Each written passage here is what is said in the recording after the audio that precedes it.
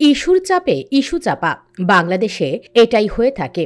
এই যেমন কিছুদিন আগেও ছাত্রদল নেতা পারভেজ খুন নিয়ে যে ইস্যু তৈরি হয়েছিল, এখন সবাই তা ভুলে যেতে বসেছে। তাতে এই খুনের বিচারও অনিশ্চিত হয়ে যাচ্ছে। এরই মধ্যে গ্রেপ্তারকৃত আসামিদের সবাইকে রিমান্ড শেষে কারাগারে ঢুকানো হয়েছে।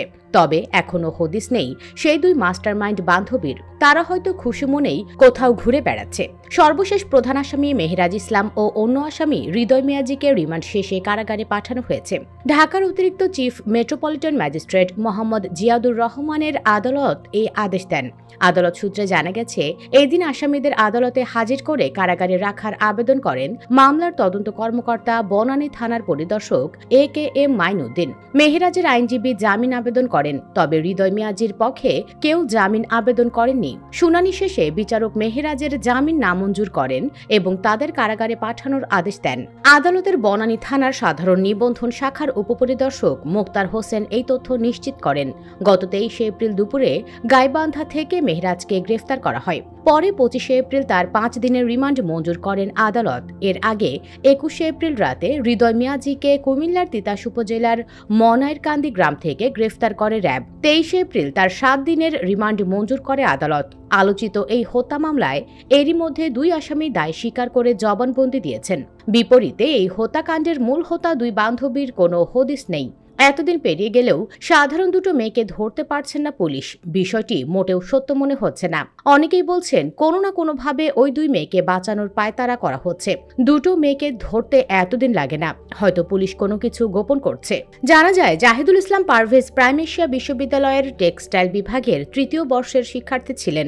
গত 19 এপ্রিল বিকেল 4টার পর বনানীতে প্রাইম এশিয়া বিশ্ববিদ্যালয়ের ইংরেজি বিভাগ ও টেক্সটাইল ইঞ্জিনিয়ারিং বিভাগের শিক্ষার্থীদের মধ্যে সংঘাত শুরু হয়। ওই ঘটনার এক পর্যায়ে ছুরিকাঘাতে পারভেজ নিহত হন। ঘটনার পরদিন 20 এপ্রিল পারভেজের ফুফাতো ভাই হুমায়ুন কবির বাদী হয়ে বনানী থানায় হত্যা মামলা দায়ের করেন। মামলায় বিশ্ববিদ্যালয়ের LLB ও ইংরেজি বিভাগের 3 ছাত্র মাহাথি মেহরাব, আবুজর গিফারি সহ 8 জনকে এজাহার নামিয়েও আসামি করা হয়। এছাড়া মামলায় অজ্ঞাত পরিচয় আরও 20 থেকে 30 জনকে আসামি করা হয়েছে।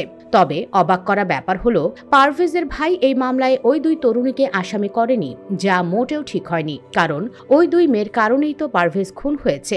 মামলার এজাহারে উল্লেখ করা হয়েছে, গত 19 এপ্রিল প্রাইম এশিয়া বিশ্ববিদ্যালয়ে ভুক্তভোগী জাহিদুল ইসলাম পারভেজ মিড টার্ম পরীক্ষা দিতে যায়। পরীক্ষা শেষে বন্ধুদের সঙ্গে পুরি সিঙ্গাড়ার দোকানে আড্ডা ও হাসাহাসি করছিল। বিকেল 3টায় 1 থেকে 3 নম্বর আসামি তার কাছে হাসাহাসির কারণ জানতে চাওয়ায় উভয়ের মধ্যে তর্ক শুরু হয়। পরে বিষয়টি বিশ্ববিদ্যালয়ের কয়েকজন শিক্ষক সহ প্রক্টর মীমাংসা করেন। বিকেল 4টা 40 মিনিটে এজাহার নামীয় ও অজ্ঞাত পরিচয় আসামিরা ছুরি, চাকু, চাপাতি ও লাঠিসোঁটা নিয়ে পারভেজ ও তার বন্ধুদের ওপর হামলা করে। এতে পারভেজ মারাত্মক আহত হন। পরে তাকে হাসপাতালে নেওয়া হলে কর্তব্যরত চিকিৎসক মৃত ঘোষণা করেন। মানে এখানে ওই দুই মেয়ের কোনো নামগন্ধই নেই। সুপ্রিয় দর্শক, ঘটনাটি তো আমরা ভুলে যেতেই চলেছি। এর সঠিক বিচার কি হবে? আর আপনার কি মনে হয়? ইয়েস অথবা নো লিখে জানাতে পারেন রায়। আর অবশ্যই ভিডিওটি লাইক, শেয়ার ও চ্যানেলটি সাবস্ক্রাইব করুন। ধন্যবাদ।